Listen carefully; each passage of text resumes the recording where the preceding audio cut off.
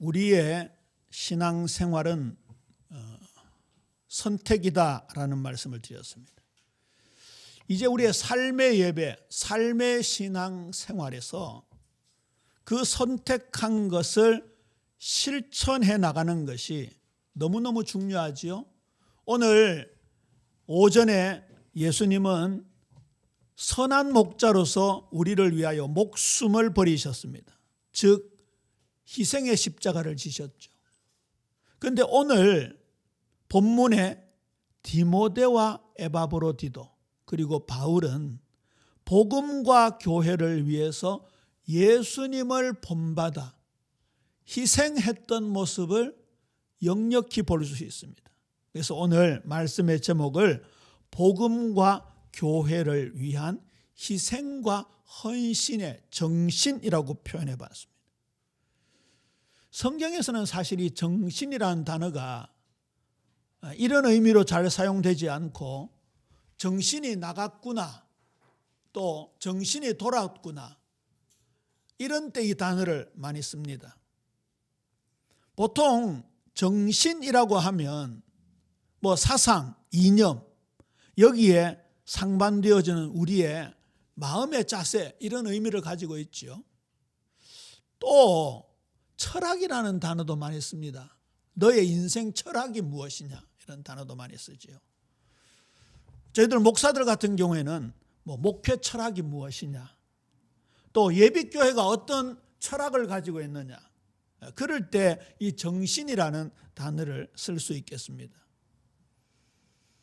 저와 여러분이 신앙생활, 또 교회를 섬기고 예배하면서 성도들을 사랑하는 이 삶의 현장 속에 오늘 등장하는 디모데와 에바브로디도 같은 복음과 교회를 위하여 희생하는 헌신의 정신을 가진 귀하고 귀한 성도님들 되시기를 주님의 이름으로 축원합니다. 지금 바울이 로마 감옥에 갇혀 있습니다. 이 편지를 수신하는 교회는 빌립보 교회입니다.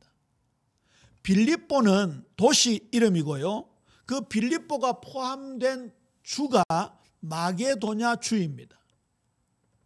지금은 대구 광역시가 옛날에 대구 직할시였고, 그리고 그 이전에는 경상북도 안에 대구시였잖아요. 경상북도가 일종의 주이고 대구가 시이듯이 마게도냐 주 안에 빌립보 시에 빌립보 교회가 있었습니다. 그런데 이 빌립보 출신의 에바브로디도가 바울에게 선교 비용과 물품을 전달하기 위해서는 2,000km가 넘는 곳을 걸어가야 됩니다. 여러분, 여기에 얼마나 많은 게 담겨 있겠습니까? 사실 에바브로디도에 관한 기사는 여기, 그리고 빌립보서 4장 마지막 부분에 잠깐 등장하지만 이 에바브로디도의 신앙생활과 그의 사역을 얼마든지 엿볼 수 있는 엄청난 현장입니다.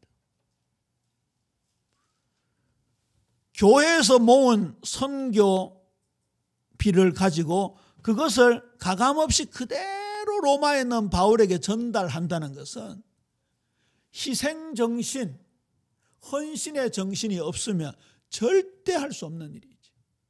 오늘 크게 두 사람이 등장하는데 이 디모데와 빌립보의 헌신을 통해서 우리도 정말 희생하고 헌신해야 되겠다, 그런 생각을 많이 해보게 됩니다.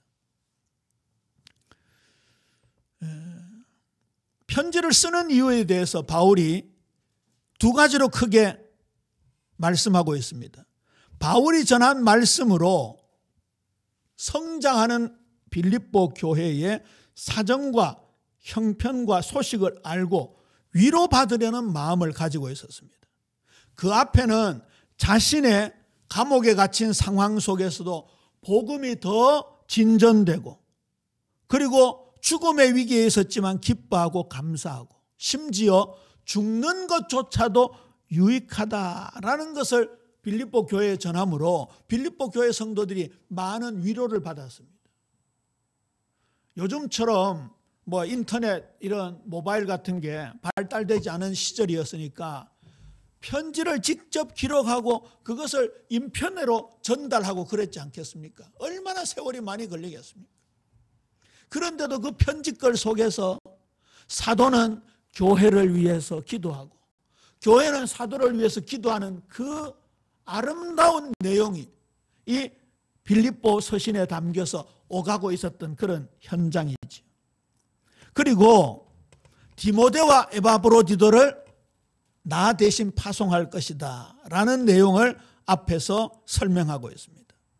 자, 그러면 먼저 디모데를 파송한 이유를 빌립보서 2장 19절에서부터 24절에서 한번 보지요. 특히 24절에 보면 나도 속히 가게 될 것을 주 안에서 확신하노라라는 확신이라는 단어가 나옵니다. 우리가 십자가 복음에도 확신을 가져야 되겠지만 이 제자들이 든든히 서가고 그 제자들 때문에 사도들 때문에 교회가 든든히 서가는 이 교회에 대한 믿음도 분명히 있어야 할 것입니다. 방금도 사도신경을 고백했지만 성삼위 하나님에 대한 고백도 하고 무엇에 대한 고백도 했습니까? 교회에 대한 고백도 했습니다. 우리가 거룩한 공회, 교회를 믿사오며 라고 했습니다. 이 교회를 믿는다라고 할 때는 그리스도께서 교회의 머리가 되시고 저와 여러분은 각 지체가 된다는 사실을 믿어야 하고 이 교회를 통해서 저와 여러분이 평안하고 안전하게 보호받고 그리고 말씀을 통해서 성장하고 그리고 오늘 본문에 너무나 많이 나타나고 있는 사랑의 관계가 이 교회를 통해서 이루어져야 할 것입니다. 우리가 예수님의 사랑을 형제 자매들을 통해서 확인하고 그 사랑을 덧입어 우리가 밖에 나가서 이 사랑을 전하는 그런 교회의 모습이어야 되는 것이죠. 2장 19절 말씀입니다. 내가 디모데를 속히 너희에게 보내기를 주 안에서 바람은 너희 사정을 알므로 안위를 받으려 함이니. 교회의 성장이 감옥에 갇혀있는 바울에게 큰 위로가 된다 그런 뜻이죠. 이는 뜻을 같이하여 너희 사정을 진실이 생각할 자가 이밖에 내게 없음이라. 디모데가 그 역할을 잘 감당했다는 겁니다. 원래 빌립보 교회는 바울이 개척한 교회였습니다. 얼마간 목회를 하고 디모데를 부교역자로 세워놓고 이제 더 넓은 세계로 복음을 전하러 갔는데 마지막 로마의 당도에서 감옥에 갇히게 되었습니다. 그런데 후계자로 세워진 이 디모데가 바울의 뜻을 잘 전달받아서 이 내용을 고스란히 빌립보 교회 성도들에게 먹이고 가르치는 일에 최선을 다했던 겁니다. 우리 예비교회가 새롭게 시작합니다마는 앞으로 좋은 교역자들이 올 수 있도록 우리 성도님들 기도해 주시기를 주님의 이름으로 부탁을 드립니다. 그래서 우리 교회가 빌립보 교회처럼 아름답게 성장해야 할 것입니다. 무엇을 엿볼 수 있습니까? 디모데의 성실성과 진실성을 엿볼 수 있습니다. 자주 말씀드리죠. 믿음이라는 단어의 원어인 피스티스는 믿음이라는 뜻도 있지만 충성되다, 신실하다, 진실하다라는 뜻도 있습니다. 이걸 하나님에 적용하면 미쁘시다 이런 뜻도 있습니다. 그러면 믿음을 가진 주의 백성들, 특히 말씀을 전하는 위치에 있는 자들은 이 하나님의 속성을 고스란히 전달받아서 삶에 신실해야 되고 말씀을 가감없이 전달하는 충성스러움이 있어야 됩니다. 아까 성경에 있는 단어를 가지고 말한다고 해서 다 진리가 아니라는 말씀 드렸죠. 좀 복잡한 얘기입니다마는 유럽에서 시작된 68 운동이라고 있습니다. 이 68 운동에 의해서 오늘날 이 동성애 같은 내용들이 아주 막 사상, 이념화되었거든요. 그게 저 중남미로 흘러가서 해방신학이 되었고 우리나라의 민중신학으로 성장했습니다. 그분들이 다 목사님들입니다.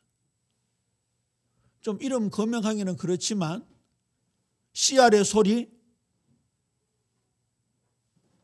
함석헌 옹 같은 분들, 그런 분들이 신학을 전공했던 분입니다. 여러분 그 내촌감삼 일본의 우찌무라 간조 얘기를 혹시 들어보셨습니까? 그런 분들이 전부 함석헌, 김재준 목사 같은 분들의 스승들입니다. 어떻게 보면 신실한 분들이었고 충성스럽게 보였는데 나중에 무교회주의로 흘러가게 되었습니다. 그분들이요 성경에 있는 단어를 씁니다. 공산주의도 마찬가지입니다. 성경에 있는 단어를 끄집어내어 가지고 공산주의 사상을 만들었습니다. 이단의 뜻이 뭐라고 했지요? 끝이 다르다고요. 그러면 시작은 비슷하다 그 말입니다. 여기서 우리가 정말 영적인 분별력이 필요합니다. 모습은 사도입니다. 모습은 선지자입니다. 모습은 교사입니다. 그런데 거짓입니다. 이걸 분별할 수 있는 능력이 얼마나 중요한지 모릅니다. 그 외에 가끔 그 TV 예능 프로그램에 연예인들 나와가지고 귀에다가 안 들리도록 헤드폰 쓰고 뭐 말 전달하는 거 있잖아요. 그 다음에 등에다가 뭐 이렇게 글씨를 써가지고 전달하는데 그게요 거의 대부분 제대로 전달되는 게 없습니다. 중간에 전부 자기 생각으로 다 생각해가지고 말합니다. 진짜 막 웃음이 터지는 그런 내용들이 나오더라고요. 잘못 발음해가지고 막 공중방송에서 욕을 막 하기도 하고. 하나님의 말씀이 고스란히 전달되어지는 게 너무너무 중요한 거지. 그 다음에요, 어려움 중에서도 그리스도의 예수의 일을 구하는 사람이라는 말은요, 생명을 건 헌신이라는 뜻이지요. 21절 이하의 말씀 보세요. 그들이 다 자기의 일을 구하고 그리스도 예수의 일을 구하지 아니하되 디모데의 연단을 너희가 안하니 자식이 아버지에게 함같이 나와 함께 복음을 위하여 수고하였느니라. 많은 사람들이 자기 생각대로 자기 사상을 집어넣는 거예요. 에바브로디도가 선교 헌금을 가지고 로마에 고스란히 전달했는데 그 중간에 얼마나 쓰고 싶은 게 많을까요? 어떤 놈들은 선교비 줘도 가지고 달아나는 놈도 있고, 아이고 진짜 이런 거 얘기하기가 참 거시기한데, 여러분 페이퍼 컴퍼니라고 들어보셨죠? 저 외 중남미 같은 나라에다가 허상으로 컴퍼니 회사를 만들어 놓고 거기가 돈 보내가지고 돈 세탁하는 경우가 있습니다. 페이퍼 처치라고 들어보셨습니까? 목사가 페이퍼 처치 만들어 놓고 교회에다가 선교헌금 내놔라 해가지고, 여기는 제3세계이기 때문에 우리가 전달하고 장부에 기록하면 안 된다 그러면서 페이퍼 처치에다가 돈 보내가지고 자기가 착포가는 일도 있더라. 돈 앞에 참 장사가 없어요. 돈 앞에 장사. 그런데 에바브로디도 디모데는요 신실하고 많은 사람들이 자기를 위해서 일하는데 이분들은요 그리스도 예수를 위해서 일했다. 여기에 이 사람들은 생명건 헌신이 있었다. 여기 연단이라는 말은요 특별히 목숨을 걸고 교회를 섬기는 거예요. 이게 오늘 제목이 뭡니까? 희생입니다. 저와 여러분은 예수님이 가신 그 길을 따라가는 제자도를 걸어가야 될 줄로 믿습니까? 그러니까 바울은 내가 그리스도를 본받은 것 같이 너희는 나를 본받는 자 되라. 그러면 오늘 오전에 선한 목자로서 예수님이 우리를 위해 희생했다면 저와 여러분도 예수님을 위해서, 교회를 위해서, 형제 자매를 위해서 희생해야 되는 거예요.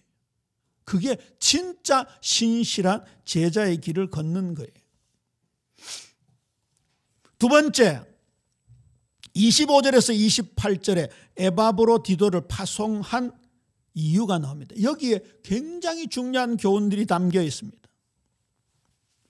에바브로디도는 바울의 신임을 얼마나 많이 받았는지 형제다, 함께 수고하는 자다, 군사다, 사자다 이런 별명을 붙여주었습니다. 형제라는 말은 바울과 함께 신앙을 공유하고 하나님 가족의 일원으로서 깊은 사랑을 나누는 자다, 그런 뜻이고요. 함께 수고한다는 말은 동력자를 말합니다. 군사는 복음을 위해 대적자와 계속 싸우는 자를 말합니다. 계속 고난을 당했다는 것을 알 수 있는 내용이지요. 특별히 전쟁은 함께 할 때 시너지 효과가 있습니다. 아무리 해도요, 독불 장군은 한계가 있습니다. 우리 예비 성도님들이 이 마지막 시대 영적 전쟁에 함께하는 전사들이 되어져야 될 줄로 믿습니까? 각자 위치에 있습니다. 각자의 위치. 전쟁은요, 특별히 시스템 조직이 너무너무 중요합니다. 그러니까 보세요. 크게는 육해 공군이 있고요. 그 각 육군, 공군, 해군, 거기에도 각각 다 포지션, 보직이 다 따로 있습니다. 척후병이 있고, 척후병이 가서 적의 위치를 본부에 무전으로 전달해주면 그 좌표에 따라서 포병이 포를 쏘지요. 그리고 일단 어느 정도 적군들이 섬멸되면 마지막 남은 잔당들을 무찌르기 위해서 보병들이 가잖아요. 이게 다 조직이 되어 있습니다. 그 바다에서만 승리하면 됩니까? 육지에서도 승리해야 됩니다. 옛날에 이순신 장군이 바다에서 승리했지만 이 내륙에서는요, 외놈들에게 많이 당했습니다. 그러니까 결국 선조 임금이 도망가 버렸잖아요. 육해공 전체에서 함께해서 적군을 무찔러야 되듯이 우리 예비교회 성도들이 곳곳에서 자기의 위치에서 이 영적 전쟁에 중요한 역할을 감당해야 되는 거예요. 출애굽이 일종의 영적 전쟁이었는데 고라 자손, 다단 자손들이 모세한테 대들었잖아요. 니만 지도자 해먹냐? 나도 지도자 하자. 결국은 하나님이 그들을 땅을 지진 나게 해서 그 안에 매장을 시켜버리셨어요. 딱 교회가 일사불란하게 조직을 가지고 영적 전쟁하는 일에 우리가 동참해야 되는 거죠. 그 다음에 사자라고 했습니다. 바울의 권위로 위임을 받아 보냄을 받은 자라는 뜻입니다. 그런데 이 에바브로디도의 파송과 그의 사역을 보면요, 마음 중심에서 나온 행동임을 볼 수 있습니다. 바울의 쓸 것을 도와주고 빌립보 교회 성도들을 얼마나 사모했는지. 오늘 말씀 중에요, 참 감동적인 게요, 26절입니다. 함께 읽어볼까요? 빌립보 3장 26절 시작. 그가 너희 무리를 간절히 사모하고 자기가 병든 것을 너희가 들은 줄을 알고 심히 근심한지라 그랬습니다. 이 무슨 말인가 하면요, 형제 자매들을 얼마나 사랑했는지, 교회 성도들이 자기가 병든 걸 알게 된 것 자체에 대해서 이 에바브로디도가 근심했습니다. 보통 우리는 내가 아프면 막 남이 알아주기를 원하고 안 알아주면 섭섭하고 그렇잖아요. 그러니까 섭섭한 게 너무 진해지면 그걸 뭐라 그럽니까? 섭섭막이라 그러잖아요. 근데 에바브로디도는 자기가 아픈 걸 빌립보 교회 성도들이 알고 걱정할까 봐 그것 때문에 근심했다, 이렇게 바울이 진술하고 있는 거예요. 자, 이것 보면요, 이 에바브로디도가 바울도 섬기고 빌립보 교회 성도들도 섬기고 사랑했던 흔적을 볼 수 있지.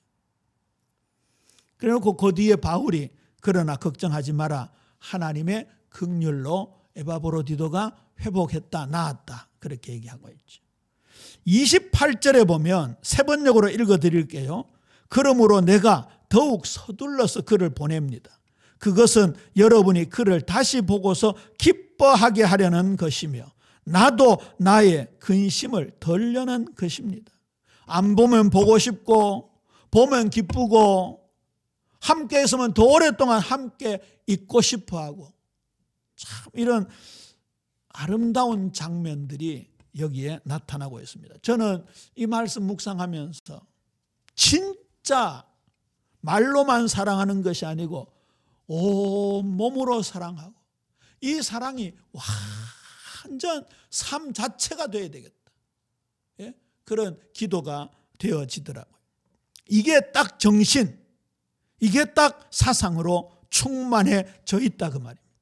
이런 관계가 되려면요, 사랑이 머리에만 있는 게 아니라 그야말로 그림 언어로 표현하면 머리끝부터 발끝까지 사랑으로 충만해져야 되는 거예요. 건드리기만 하면 사랑이 나와야 돼요. 이 사랑으로 충만하려면 우리 모두의 마음속에 사랑의 끝판왕이신 예수님으로 충만해야 할 것입니다. 예수님의 사랑으로 충만하려면 그분과 함께 해야 합니다. 그분과 함께하는 방법이 뭡니까? 말씀을 사랑하는 겁니다. 말씀을 읽고 듣고 또 지켜야 하는 겁니다. 이거 한번 찾아서 읽어보죠. 계시록 1장 3절 말씀입니다. 자, 이제 우리가 이 부분에는요, 더 이상 설명 안 해도 이제는 믿음이라고 하면 동시에 뭐까지요? 내 전인격으로, 내 전 삶으로 실제화되어지는 게 믿음이다. 이렇게 믿으셔야 합니다. 요한계시록 1장 3절 함께 읽습니다. 시작. 이 예언의 말씀을 읽는 자와 듣는 자와 그 가운데 기록한 것을 지키는 자는 복이 있나니 때가 가까움이라. 말씀은 읽어야 돼요. 전하는 말씀을 들어야 돼요. 자, 그게 오늘 주일 예배 시간 중에 특별히 이 말씀 선포의 시간이에요. 그런데 보세요. 지금 말씀 전할 때 말씀을 읽고 듣는 이 시간에 실천은 못하잖아요. 가만히 앉아서 일단은 듣잖아요. 그런데 그 다음에 지키는 것은 어디서 해야 돼요? 나가서 삶에서, 가정에서. 그렇죠? 하나님 우리에게 가족을 주신 이유가 사랑을, 말씀을 지키라고. 이웃을 주신 이유가 말씀을 지키라고 주신 거예요. 특별히 나 자신이 혼자 있을 때 코람데오, 신전의식. 진짜 누가 안 볼 때 하는 행동, 나 혼자 있을 때 무엇을 하는가가 정말 나의 인격이 맞아요. 나의 믿음의 상태가 맞아요.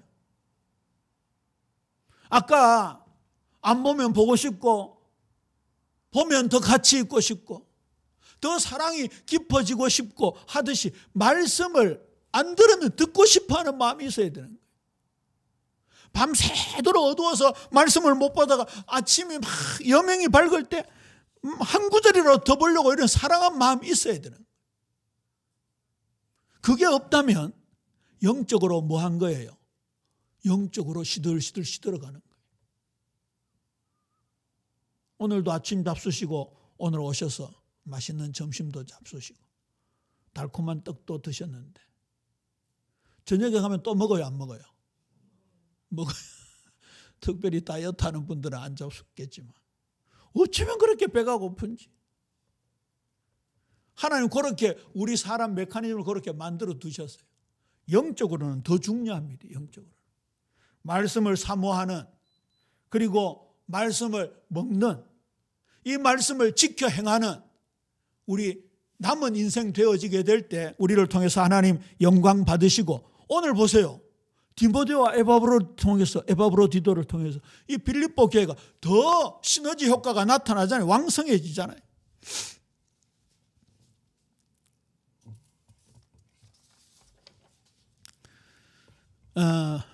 바울이 교회를 향한 마음이 데살로니가 전서 2장 17절에서 20절에 나옵니다.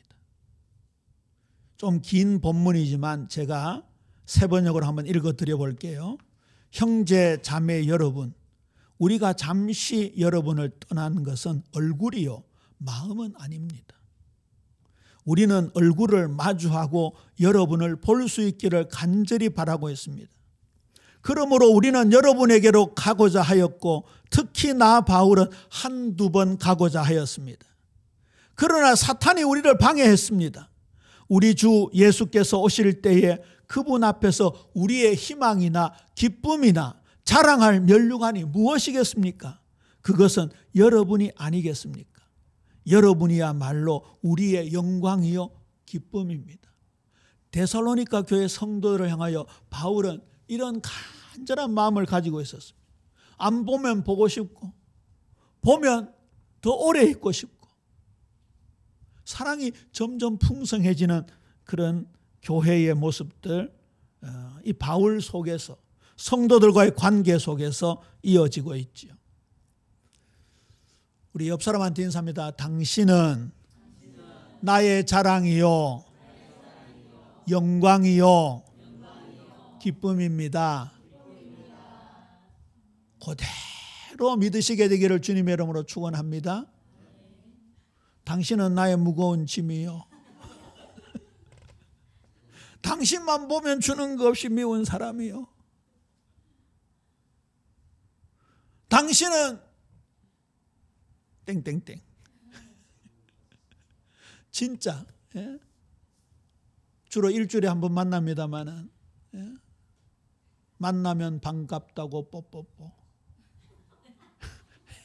헤어질 때 또 만나요 뽀뽀뽀. 사랑의 입맞춤으로 함께하는, 또 이러니까 또 진짜 아무한테나 막 뽀뽀하고 그러지는 말고, 그거는 그 나라 문화 풍습이고, 우리는 정말 사랑으로 함께하고 사랑으로 교제하고, 그게 하나님께서 교회를 우리에게 주신 이유예요. 성경에도 그 비유가 있잖아요. 다 한 사람 한 사람이 각자 지체라고요. 새끼 발가락 하나 아파 보세요. 그것 때문에 걸음걸이가 뒤뚱뒤뚱 하면요, 온몸이 무너집니다. 온몸이 무너지면요, 내장까지 아픕니다. 발가락 하나 때문에. 우리가 전신이 건강한 거, 전인이 건강한 게 얼마나 중요한지 몰라요. 자, 이 두 사람의 파송에 대한 빌립보 교회의 자세입니다. 서로 사랑하라는 말이죠. 29절입니다. 이러므로 너희가 주 안에서 모든 기쁨으로 그를 영접하고 또 이와 같은 자들을 존귀히 여기라. 말씀을 전해주는 부교육자들이니까요. 주 안에서 영접하라. 주님께서 에바브로디도를 영접했듯이 너희들도 모든 기쁨으로 그를 영접하라, 이런 뜻도 되고요.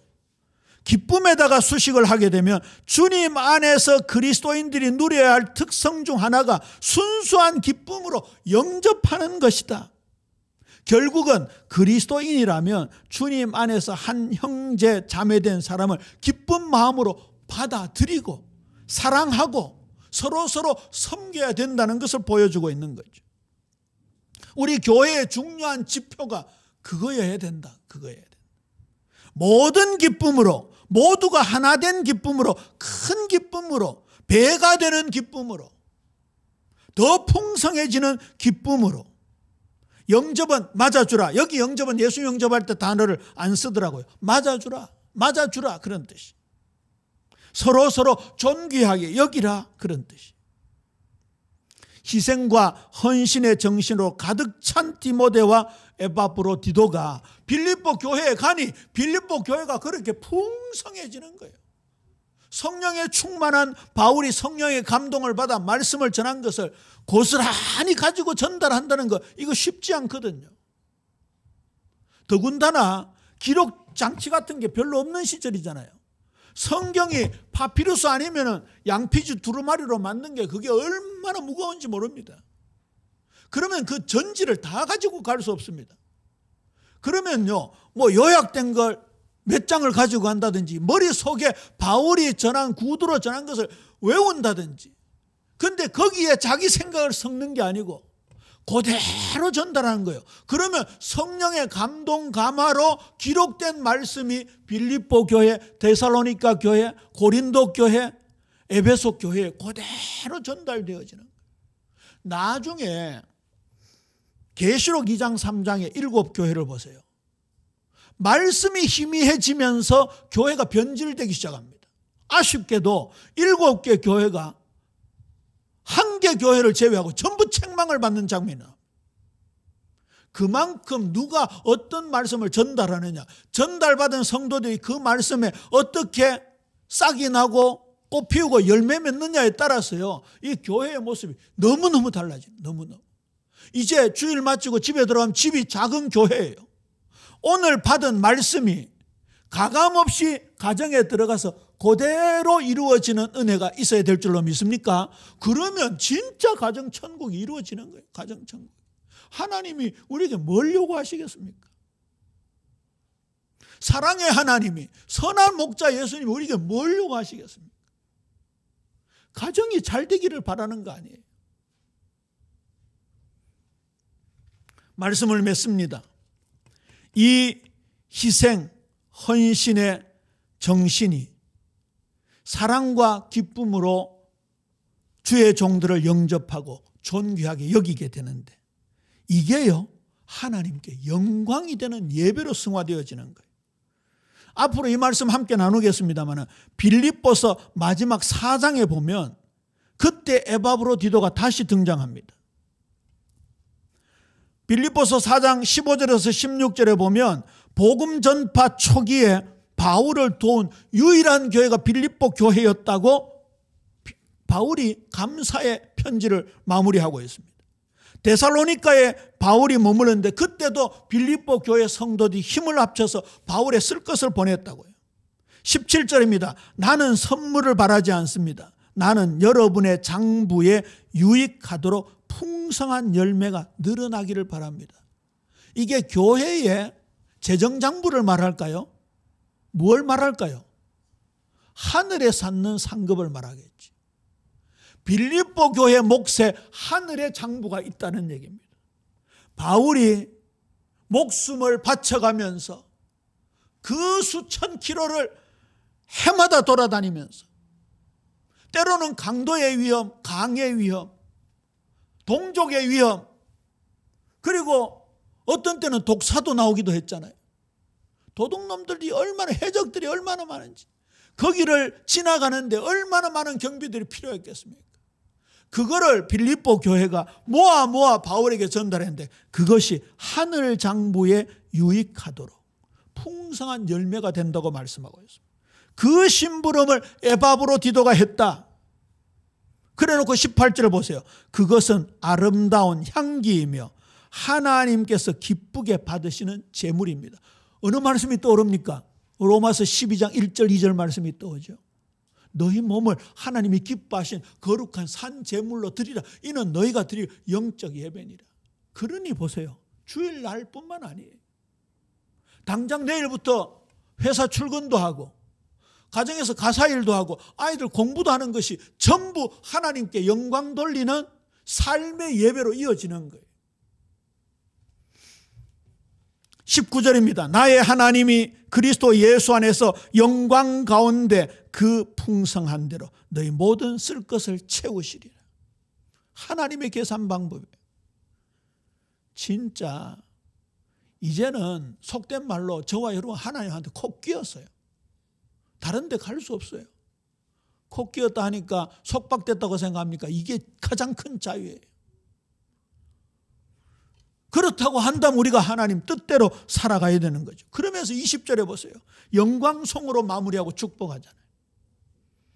에바브로디도, 디모데의 희생의 정신, 바울의 복음 말씀을 전달하는 그대로 받아 전하고 빌립보 교회가 그것으로 말미암아 힘을 얻고 서로 위로하고 서로 사랑하고 서로 격려하는 것이 하나님께 영광 돌리는 아름다운 열매로.